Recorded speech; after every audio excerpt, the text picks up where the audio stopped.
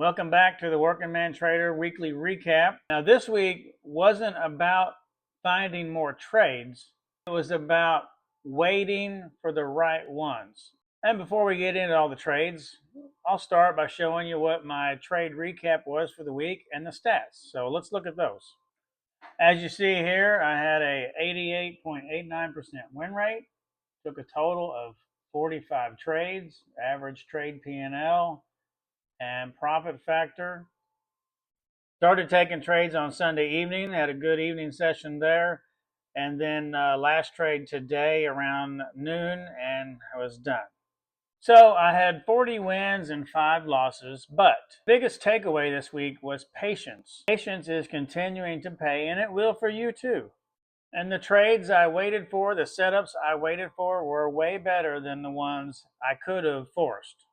And now I'm going to show you my best trade of the week, and it was actually today on gold on Friday here, but I found it on the 15-minute time frame, and let me get it brought up where you can see it. And you see I did mark I had skipped one. We'll get into that here in a bit.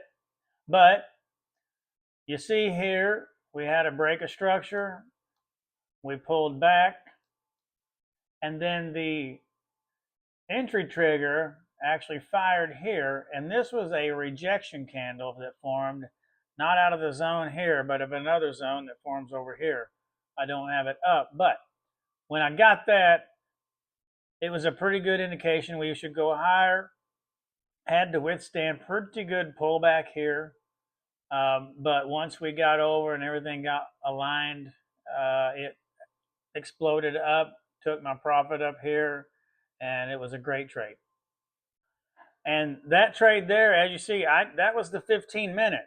It doesn't have to just be one time frame. Now, I don't look at any structure below the 5-minute. I'm looking at 5-minute, 15-minute, 1 hour, 4 hour, daily, weekly. But like I say, when I got this candle right here on the 15-minute, I had a really good idea when I get a candle like this that we're going to make a good move. Now, let me show you a trade that I skipped, and I will tell you why I skipped it. And it is right here, and it's on gold. Same thing this morning. And it's right here. We had a break of structure, broke to the structure to the left. We pulled back, got the model was firing to go, and then we got a good displacement candle up that says, hey, we're going. But this yellow zone is a supply zone from the day before regular trading hours. And I knew we were so close to that, I'm hesitant on taking it because I know we are going to have seller pressure when we hit here, and we did. And I'm glad I didn't take it because, yeah, you could have got up to here, but you see what happened. We kept rejecting and then fell. But that's why I passed on this one, because I knew we were too close to this zone to have a high probability setup. And so now here's a loss. I'm not just going to show you wins, but this is my worst loss.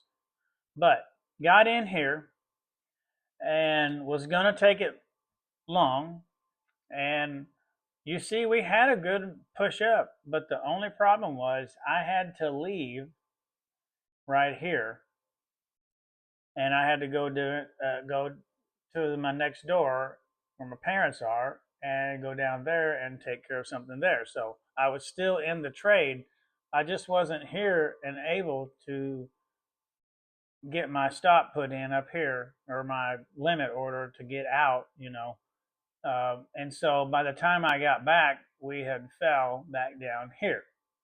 So was the trade good? Yes. It was just other circumstances that you can't help. And sometimes those things happen.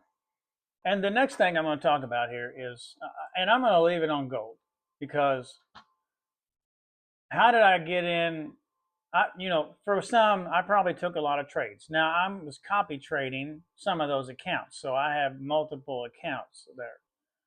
But as you know, I work full-time job also. So how do I know what I'm doing all day long while I'm working and looking. Well, preparation the night before or the morning before I go to work is what helps me do this. Most of the time, like on this, I will mark my levels.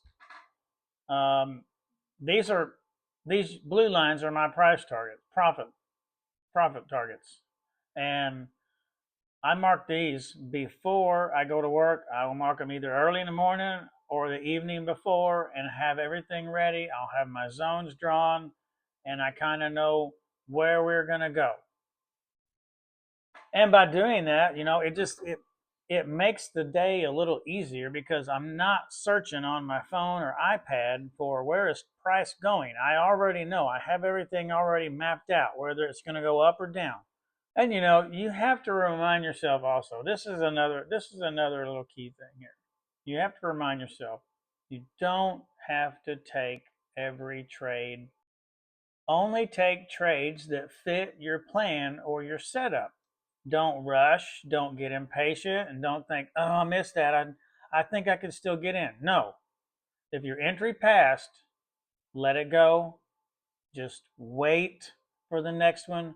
The market will give you another setup. Don't rush and don't be impatient. And remember, as you're beginning your trading journey, or if you're already in it for a while, trading is not about being right every time.